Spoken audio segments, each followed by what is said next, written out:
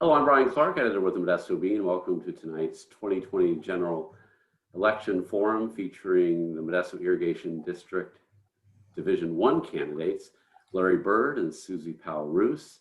They are vying to represent the southeast part of Modesto and beyond, out to Waterford and further out.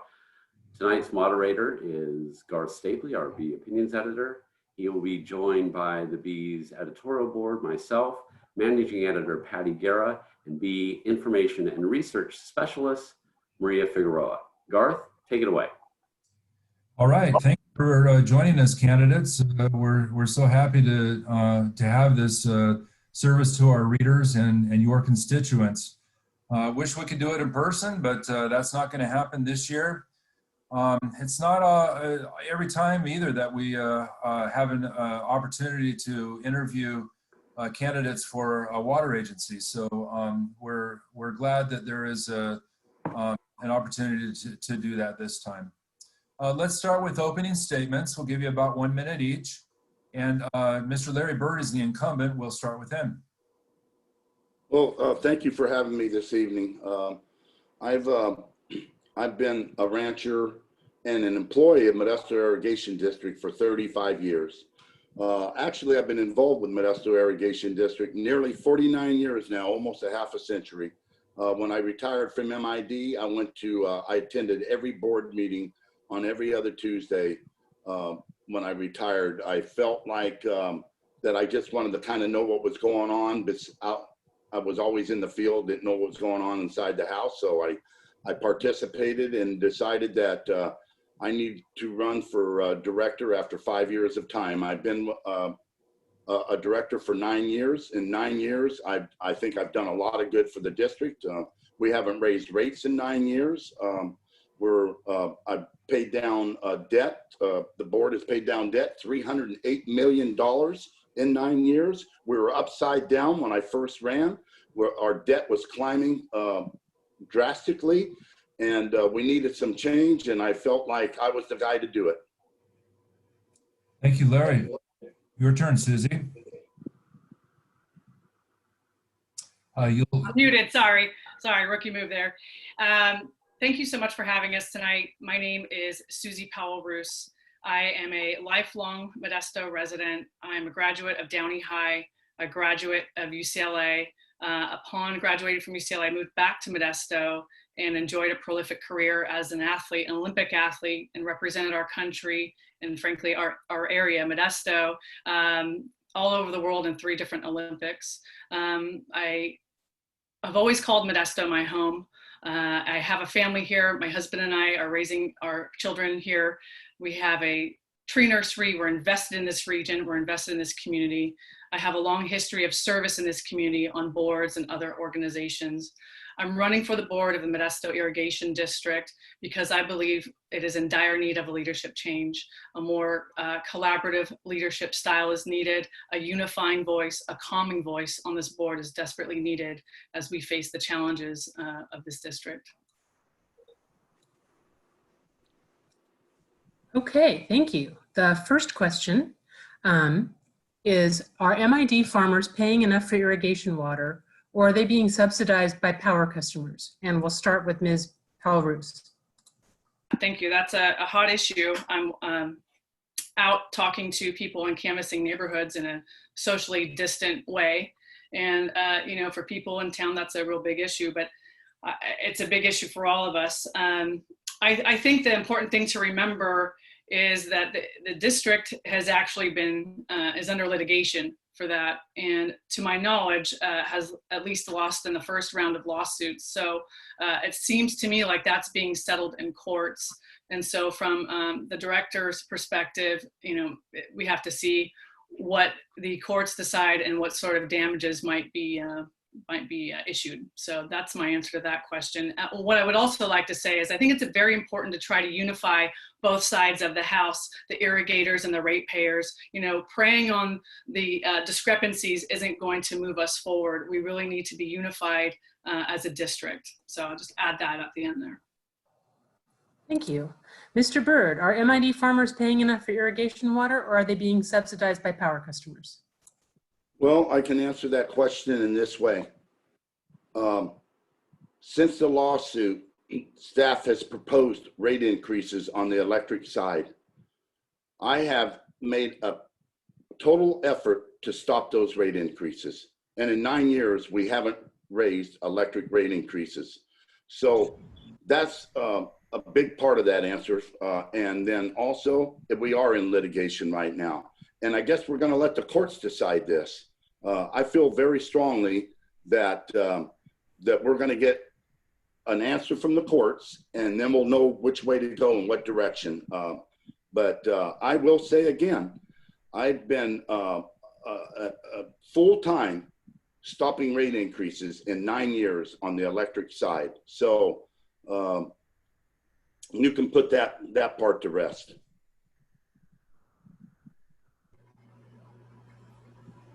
Okay, we'll start with Mr. Byrd again for this question. It's a short answer question.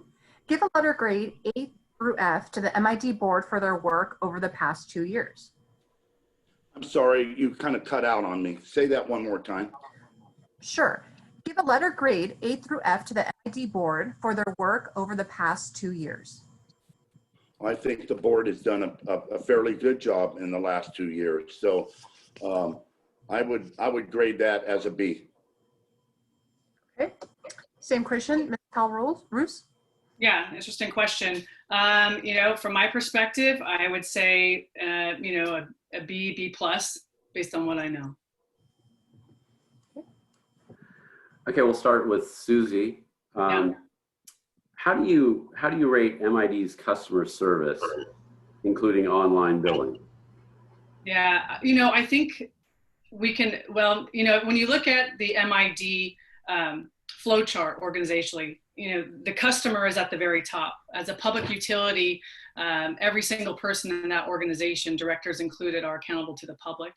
So I think that customer service is very good, but I believe it could probably be better in the sense of creating partnerships with specific areas like our irrigators and our ratepayers. And as we face these tough decisions like lawsuits that are coming down, partnering with people and educating and explaining to customers why we're doing what we're doing, why we have to charge what we charge, because some of it's out of our control from the state of California with its demands and policies that it's forcing on us. But if we can help educate our customer base, then I think it goes a long way towards customer service in general. Sorry, I didn't see the stop there. It was in my own world. Thank you. Larry? Yes, well, in terms of customer service, this is how I can tell you that we provide the most reliable electric service of any utility in California. In fact, we have the lowest power outage rating in terms of time of any utility in California. It's pretty remarkable. Your power is rarely out. When it's out in less than 45 minutes. We had horrific winds back in March, and during those windstorms, we had one 30-minute power outage to one small community and back in order. That's customer service. Thank you. Thank you. This question goes to Larry only. Your opponent represented our country in 3 Olympic Games, so she's relatively well known and popular, and she's a bit younger. She has a website, a Facebook page, and an Instagram account, while you have no social media. And if she's elected, she would be the first woman ever to serve on the MID board. If voters are looking for fresh perspective, why would they choose you? 1 minute. Well, because I've done a remarkable job for the voters. I've done many, many things. I've championed the groundwater replenishment program in 2017. We had more water than we were spilling water, over 5 million acre feet in the last 4 years into the Pacific Ocean. Instead of doing that, it was my idea to get water to these pumpers in our district and in the sphere of influence. And 5 of them took advantage of that, which was huge for the district in terms of the wide area on the east side. It was offered to the whole district, to anyone that was pumping water. could actually get on that program, the groundwater replenishment program. So we've done a tremendous job there. Electric rates haven't gone up in 9 years. Our debt's been paid down in over 300 million. It's remarkable where we've gone. We've increased our reserves. We're not spending money on places we don't need to do this. We blew up some areas. We had some problems before I got on this board in terms of solar power out at McHenry. That was a bust. That cost us too much money. Why are we paying 17 cents a kilowatt for something we can produce for less? Think issues like that. Thank you, Larry. This question goes to Suzy only. Your opponent had a 35-year career with the Modesto Irrigation District. And after that, he served 9 years on the board. He might know more about the ins and outs of MID than anybody. And he is well known for keeping rates low and for defending our water rights. With that wealth of experience, why should voters trust that you could do better? 1 minute. Yeah, thank you. That's a great question.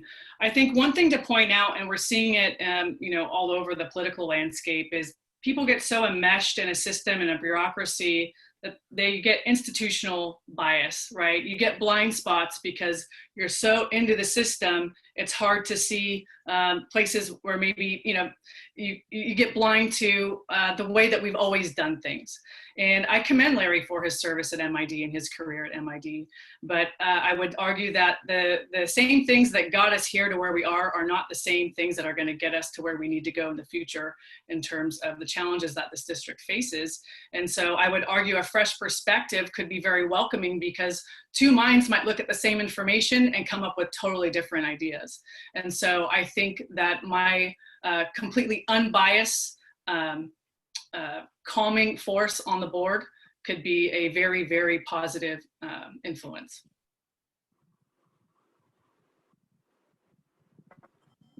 Okay, this next question is a quick 30-second or less question. Start with Ms. Powell Roos. Are electricity rates reasonable? Well, according to the judge, no. But I would say, to echo Larry's sentiments earlier, we still have lower rates than PG&E. I think the state of California has unfairly put in place policies that force utility companies like MID into difficult situations. Policies that don't recognize hydroelectric power as renewable energy sources, that force us to go out and buy power from out of state when we have it right here at our beautiful Don Pedro Dam. It doesn't make any sense at all. And I think a really great illustration of how that has failed, those policies have failed us, is the recent energy crisis where, where was solar power during the fires recently? It didn't help at all. So I think overall, the policies of the state of California have proven not to be very effective, and that affects us, unfortunately, and as it relates to power rates. Sorry, I can read. Okay, Mr. Byrd, same question. Are electricity rates reasonable? Or what rates? I'm sorry. Electricity rates. Yeah, I think our electricity rates are very reasonable here. And in fact, I would say that 33% of our power comes from solar and wind. So we had to spend a lot of money just to get on the green side of things. 8% of our power comes from Don Pedro. We use Don Pedro for 8% of our power, which is clean energy. No doubt it's the cleanest energy in the world. I've been fighting. I built relationships in Sacramento and Washington, D.C. over that very issue. We're getting closer and closer to probably getting that done. The reason it hasn't got done yet, the lobbyists were much stronger on the solar side of the business and the green side of the business. So that's what happened to us in California. This next question, we'll start with Larry. It's a 30-second answer. Should MID do more to protect power lines and facilities from wildfires? Well, MID is not in a wildfire area, number one. We're not in an area where that we have to worry about those wildfires. Now we do transfer power on transmission lines that can be affected by fire, but we have never had that issue yet. And we don't transfer power through woodsy forestry country. We just don't. So we're fortunate in that respect to answer that question. Suzy?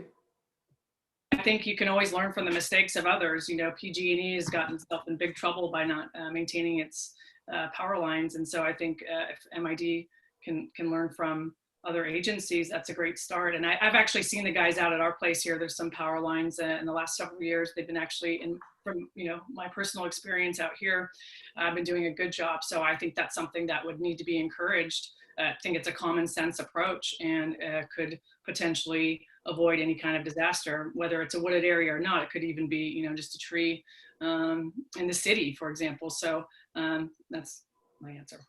Thanks. Thank you. Okay, this next question is a minute, the answer is a minute long. Please explain why the fishing industry and environmentalists should have faith in the MID's proposals for improving fish habitat on the Tuolumne River. And we'll start with Suzy.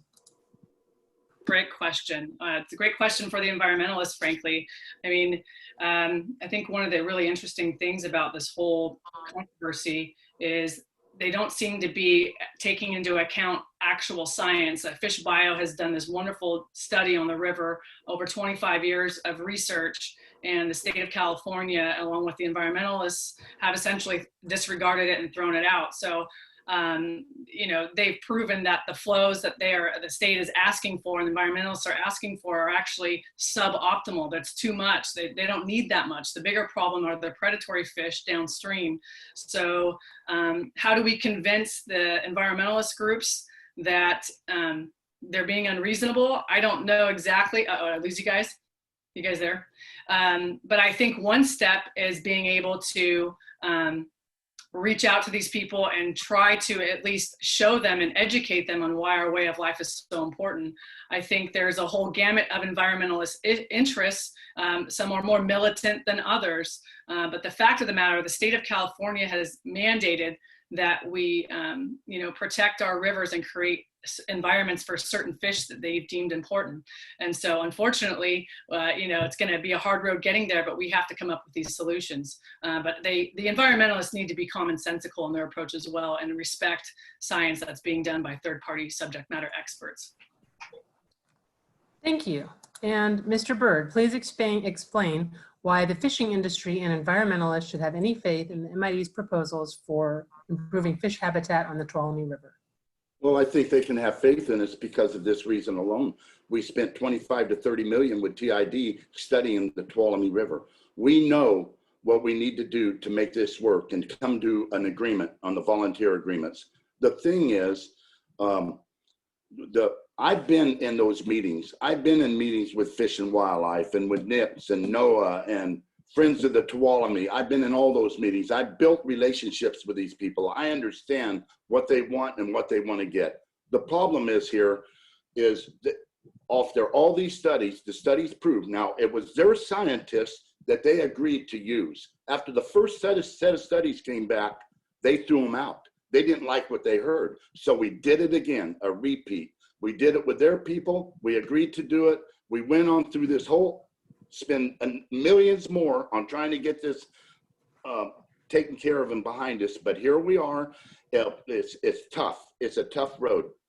There is no native salmon up the Tuolumne anymore. There is no such. They're all planted fish. There is no smelt, Delta smelt anymore. They counted 2 at the pumps in the last 3 years. So I think it's a water grab more than a fish issue. Larry, we'll start with you this next question, 1 minute answer. Share your thoughts on renewable energy such as wind and solar and whether MID ought to have more such power sources. Well, MID has a tremendous power source to begin with, okay? And plus we rent and own windmill farms in Washington State. We have, we just pulled a deal off in New Mexico for solar in Southern California. We're whatever the state is mandated us to do, we're the first to do it and get that done because we can't fight the state over green power. So we're doing the best we can and we're in position to do more if we have to. I can see us being even greener in the next 20 years, 50% or even more. It's just the nature of the beast at this point. And we're ready and we're geared up to do that. We have the finances to do it and we have the will to do that. Suzy, your thoughts? Mute. Sorry. No So worries. can you repeat the question? The Sure. question again was in regards to clean energy. Yeah, so share your thoughts on renewable energy such as wind and solar and whether MID ought to have more such power sources. You know, I think that renewable energy and clean energy are great ideas in concept. So I think in application, they still leave a lot to be desired. I think that's evidenced by what we saw in this recent energy crisis with the fires on the west side of the valley and all over the state. You know, they simply failed us and we had to fire up old systems that are not considered green energy or renewable resources. So while I think there is a place for them in the portfolio, and obviously, once again, state of California and all of its wisdom likes to tell us what to do, but I think this recent energy crisis, and even Gavin Newsom said that solar failed, is perhaps an opportunity to get some of these policies changed in Sacramento. Thank you. Okay, these next questions are a series of sort of rapid response questions about the upcoming election in other races. So we'll start with Suzy, and then we'll go to Larry, right after. So the first one will be MID Division 1 takes place in part of East Modesto. So Suzy, who do you support in the race for mayor? In the race for mayor, here's my answer to that question.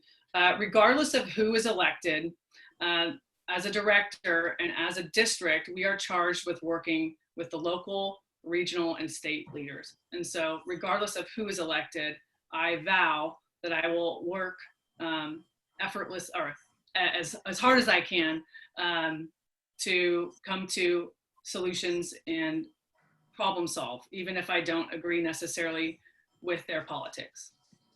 Do you have anyone that you're favoring?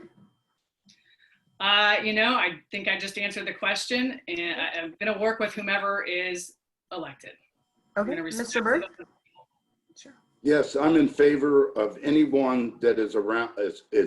I'm in favor of the mayor that is going to be more water involved. I've been an advocate for surface water to the city of Waterford that's pumping, that has 4 monster pumps pumping out of the ground every day. And to me, they have a pipeline. We have the water treatment plant pipeline that goes right through the middle of Waterford with a T in the pipeline to serve the city of Waterford that we've never gotten done. We need to get that done. So I'm in favor of the mayor that wants to talk about water and groundwater replenishment. That's what I'm in favor of. Do I have a favorite? I really don't know the mayors that well. I've sat down with Ted Brandvold over water issues, but I want the mayor that wants to sit down and talk to me about water. Okay, do you have someone that you support in the race for the County Board of Supervisors, District 1, between Buck Condit and Bill Zlotke? You know, I don't. I don't know enough about both of them to comment on that, actually. Okay, Suzy? I'm going to just say the same thing over and over, I suppose, that whomever wins the election, as a director, I would vow to work with hand in hand and as diligently and in a most transparent way possible. Okay, and I guess the last one would be, maybe you'll answer the same way, but do you have someone that you support in the race for Congressional District 10 between Josh Harder and Ted House? Yeah, gonna boring answers today. You know, this is a nonpartisan seat, and I realize the interest, you know, in the political landscape in general in our country, and I respect that.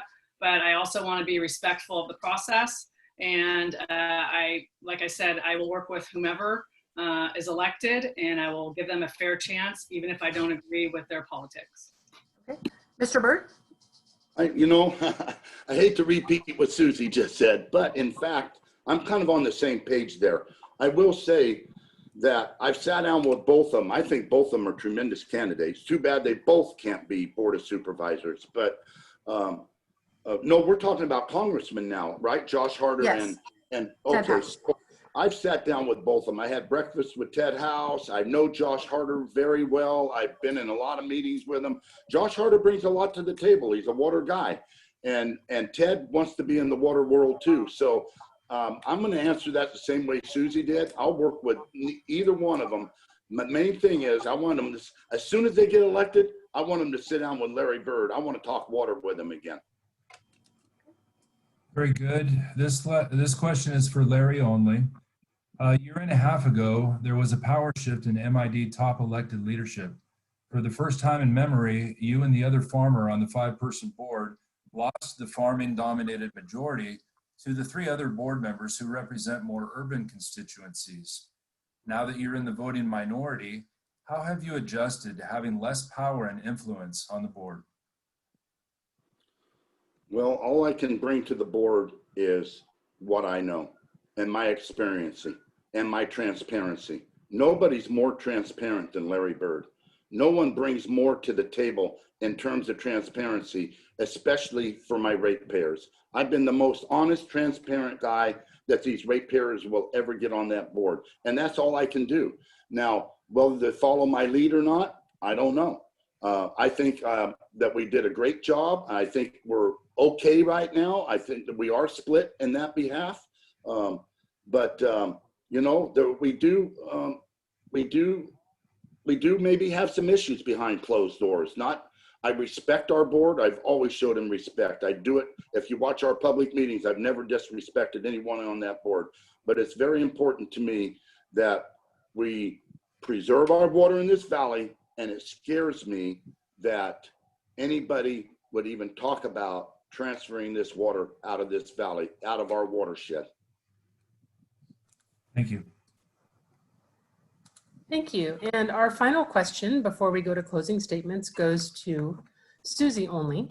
How do you get along with the other board members, and how do you see yourself fitting in? Yeah, you know, one of the reasons that I am running, like I said in my opening statement, is because I believe I can provide a calming force on this board that is fractured and beyond the normal sort of rigorous discussions and debates that boards are supposed to be having with alternate points of view. So I see my role on the board as a unifying force, a calming force. I have rapport with the other board members through the various volunteer organizations and boards that I mentioned previously. So I already have the respect and trust of fellow board members. And I think that could be a very healing thing for this board.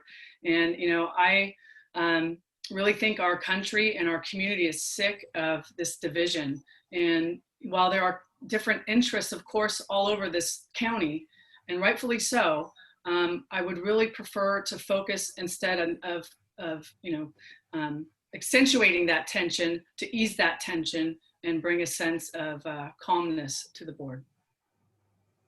Thank you. All right, it's time for closing statements. You now have 1 minute each to wrap things up and explain anything you feel needs to be said. 1 minute each, and we'll reverse the order from openings. So that means Ms. Powell Roos, if you would go first, please. Thank you. Yeah, I first of all want to say, for any of you watching this evening or whenever you're watching from your computers or devices, find what I am saying interesting or compelling and want to know more, please go to suzyformid.com or follow us on Facebook. I'm doing my best to engage on the comments and questions on Facebook. I'm really not a great Facebook user. I haven't been on in several years, so I'm still catching up. So forgive me if some of you have made comments and I haven't been able to respond yet. Like I mentioned in the last question, I'm running because we have a chance to change the leadership on this board in a very powerful way.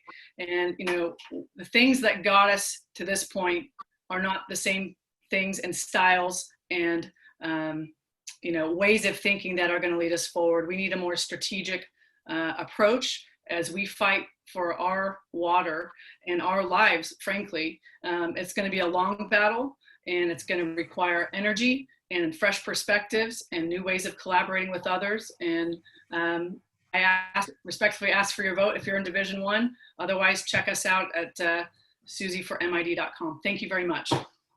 Thank you. Mr. Byrd. Well, I heard the word fracture come from Suzy. So I want to go with this. I'm going to tell you how it is. I won't compromise my principles or the principles of the ratepayers for any board member or staff member or employee at MID. I won't do it. I'm going to stand up for the ratepayer no matter what. We've witnessed where we've had certain board meetings they call secret meetings behind closed doors, that not sharing with the rest of the board members what they're doing, meeting with Turlock Irrigation District and Oakdale Irrigation District and talking about water transfers. And I brought that forward. I talked about it publicly, and I actually got an apology from one of the board members in an open board meeting. I'm the guy that's the transparent guy. I'm the guy that's going to protect that ratepayer. I'm the guy that's going to keep those electric rates down. I'm the guy that's going to make sure you have a reliable, clean source of water. That's what I'm about. I'm about the ratepayer. I'm about my constituents. This District 1 knows that I'm that way, and I'm going to continue to be that way, and I'm not going to let you down. I promised this to you 9 years ago, and I'm going to renew this promise, and I'm going to do it again. Thank you very much. This concludes tonight's candidates forum for Modesto Irrigation District Division 1. I think we all learned a lot, and we really appreciate you being here and discussing these issues with the Modesto Bee. Viewers, be sure to tune in for more debates here at modbee.com throughout September and up until the November 3rd election. Already recorded were forums involving candidates for Stanislaus County Supervisor, State Senate, Series Mayor, and 2 Modesto City Council seats. And tomorrow will be our 3rd debate for a 3rd Modesto Council seat. Thursday, the very first Modesto Mayoral Forum will be hosted by the Modesto Partnerships in conjunction with the Modesto Bee. You can view this on Facebook Live at both their website, South Modesto Partnerships, and also modbee.com. And then next week, the Modesto Bee Editorial Board, this group right here, will also interview the Modesto mayoral candidates. And then we'll also have another forum featuring all 5 candidates for 2 seats on the Turlock City Council. Thank you, everyone, and good evening.